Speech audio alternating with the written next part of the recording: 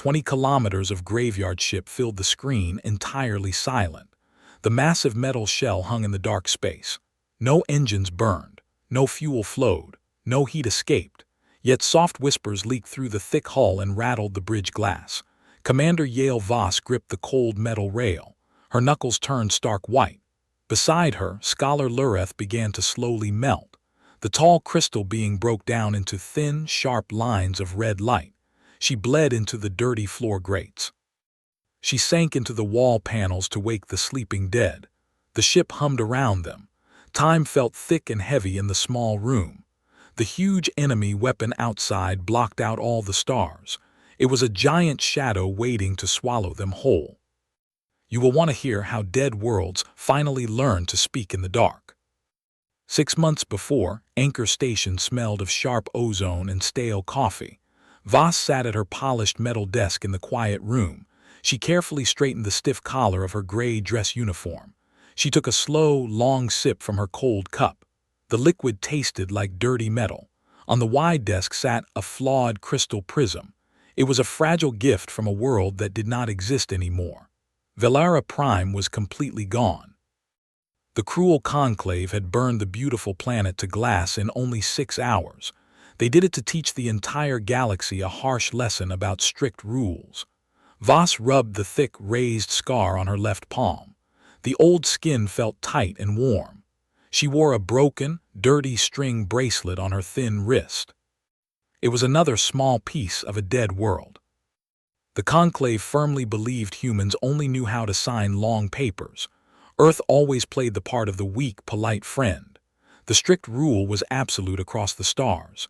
Every single gift from the stars must be logged, studied in secret, and politely returned. Commander Voss solved big disputes with calm data, not loud bombs. The conclave protected the lesser species from themselves. That was the big lie they told everyone. They shared their high tech, and they quickly killed anyone who kept quiet secrets. Voss looked at the small prism on her desk. The station light hit the rough glass.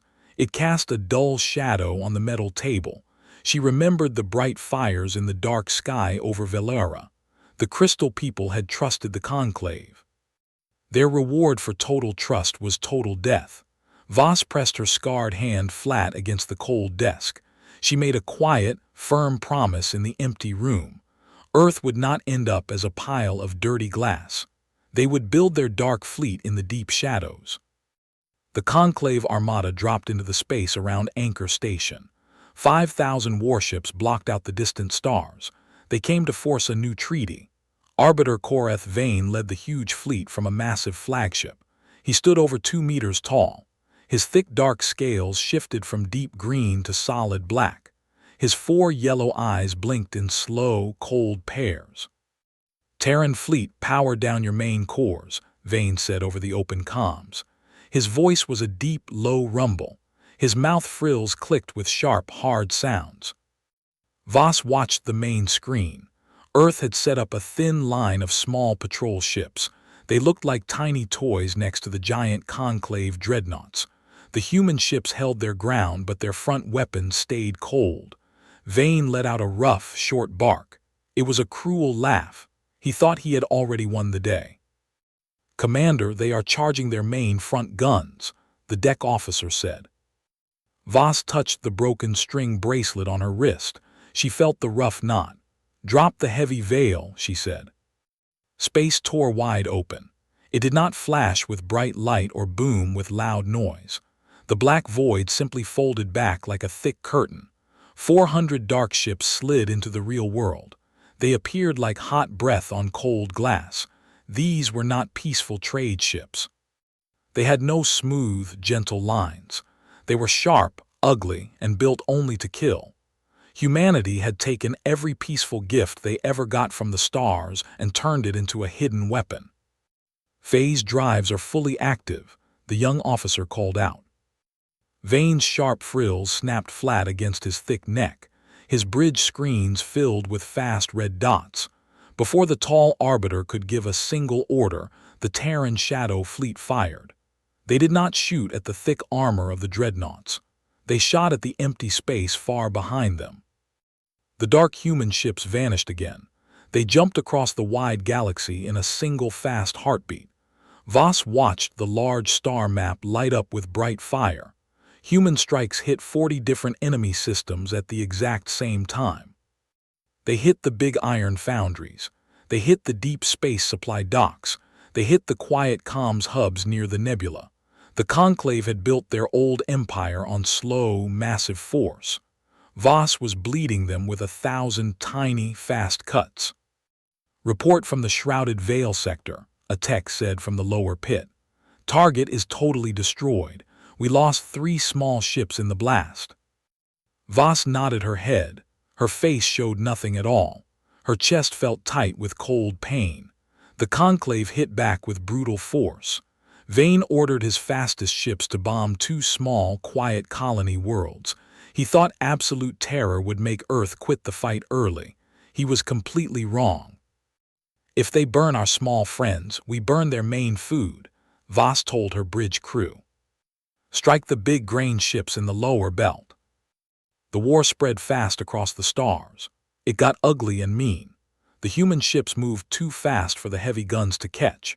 Vane tried to set thick traps in the trade lanes, but the human captains broke all the old rules of war. They hid deep inside thick gas clouds. They rammed heavy supply lines with empty drone ships. They used small psychic webs to talk without loud radios. The tall arbiter grew furious with every passing day. He sent his best hunting packs out to find the main human base. Then the human fleet found the far edge of the map. They dropped out of fast warp near a cold, dead star. A massive, silent station hung in the dark space. It did not match any known Conclave ship design. It was a giant, spinning ring of black stone and thick glass. "What in the world is that thing?" the young pilot asked. He gripped his controls tight. "The old data says it is a grand museum," Lureth said. Her inner chest light glowed a soft, calm blue. "The Conclave keeps detailed records of the species they wipe out." Voss frowned deep. Something felt very wrong about the huge place. The ship's scanners showed massive, hot power lines running through the cold rock. Dead things did not need that much raw power. "Take us in closer. Prepare a heavy boarding team for the main lock." They cut through the thick metal of the outer airlock. The sharp smell of old dust and burnt ozone hit them hard. Voss led the armed team down a long, dark, cold hall. The high walls were lined with thick glass tubes. Millions of them faded into the dark. Voss wiped white frost from the nearest glass wall. A small, blue-skinned creature floated inside the thick liquid. It was not dead. Its small chest moved in very slow, frozen breaths. "They are actually alive," Voss whispered. Lureth plugged her thin hand into a tight wall port. Her soft blue light flared into a harsh, deep red. It was her clear stress tell. The red light pulsed fast and hard. "This is not a simple museum, Yale. It is a massive engine." Vane had not just killed innocent worlds. He had kept the broken survivors. He put them in endless cold sleep. He used their faint, slow life energy to power the Conclave's biggest, worst weapons. 300 extinct species hung on these dark walls. They were hooked up like cheap, living batteries. Voss felt a cold, deep sickness in her tight stomach. She looked down the endless, quiet row of tubes. The Conclave replaced real life with a cold machine. "Can we wake them all up right now?" Voss asked. "No," Lureth said. Her smooth voice shook with deep fear. "The sudden shock would kill them all." A loud, sharp siren cut through the long hall. Heavy iron doors slammed shut at the far end of the corridor. The human boarding team raised their black guns. Conclave heavy shock troops marched right into the dim light. "Fall back to the ship right now," Voss yelled. They fought their hard way out. Red laser fire burned the stone walls. 2 young human soldiers fell hard to the floor. Voss grabbed one by the thick vest and pulled him to the open airlock. They sealed the heavy door just as the hall filled with hot plasma fire. The human ship broke fast away from the ring, but the big trap had finally sprung tight. A huge, dark shadow fell over them. The final orbiter dropped out of fast warp directly in front of them. It was Vane's personal flying fortress. The ship was 20 full kilometers wide. It looked exactly like a floating graveyard in the stars. It was built from the ruined, broken hulls of conquered, dead ships. "Arbiter Vane is hailing us on the main channel," the comms officer said. Voss wiped cold sweat from her face. "Put him on the screen." Vane filled the large screen. He was safe inside his massive, thick ship. "You found my private collection," he said. He clicked his sharp mandibles in a slow rhythm. "You small humans think you are so clever. You break our long supply lines. You hide like rats in the dark. But you cannot fight this big storm." The final orbiter began to hum with deep power.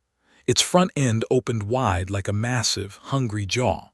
A bright, sick yellow light gathered deep in the center hole. "He is charging a huge Starkiller beam," Lureth said. "He will wipe out this entire star sector." Voss looked at the tall crystal being. Lureth's fast red light slowly faded back to a calm, steady blue. The scholar walked straight over to the main ship console. "The Conclave thinks raw power only flows one way," Lureth said. "They think the dead have absolutely no voice." "Lureth, what are you doing right now?" Voss asked. "I am giving the lost ghosts a new key." The graveyard ship filled the screen. The ugly metal shell hung in the dark space. Voss stood firm on the bridge of the Conquered's wake. She watched the yellow light grow brighter inside the enemy weapon. It was ready to fire. The hull of the giant ship groaned under the stress of the power core. Beside her, Lureth melted deeper into the human ship. The crystal scholar did not just connect to the simple computers. She became them. Her tall body turned into pure, raw data. She pushed her mind through the ship's main comms array. She shot across the empty black space on a tight, fast beam of light. She went straight into the dark heart of the final orbiter. Vane laughed loud on the open radio channel. "A weak hacking attempt. My walls are far too thick." He was totally right about his walls. She did not try to break his locked computers. She bypassed his machines completely. Lureth reached out with her mind to the 300 lost species trapped in the cold sleeping tubes. She touched the quiet minds of the blue-skinned water swimmers. She reached the strong rock dwellers in the lower decks. She found the quiet, gentle singers in the dark halls. "Fire the main front gun," Voss ordered her tense crew. The human ship did not shoot a standard explosive. They fired a heavy data spike made of pure, raw memory. The sharp spike slammed hard into the thick side of the massive orbiter. It did not break the strong metal armor.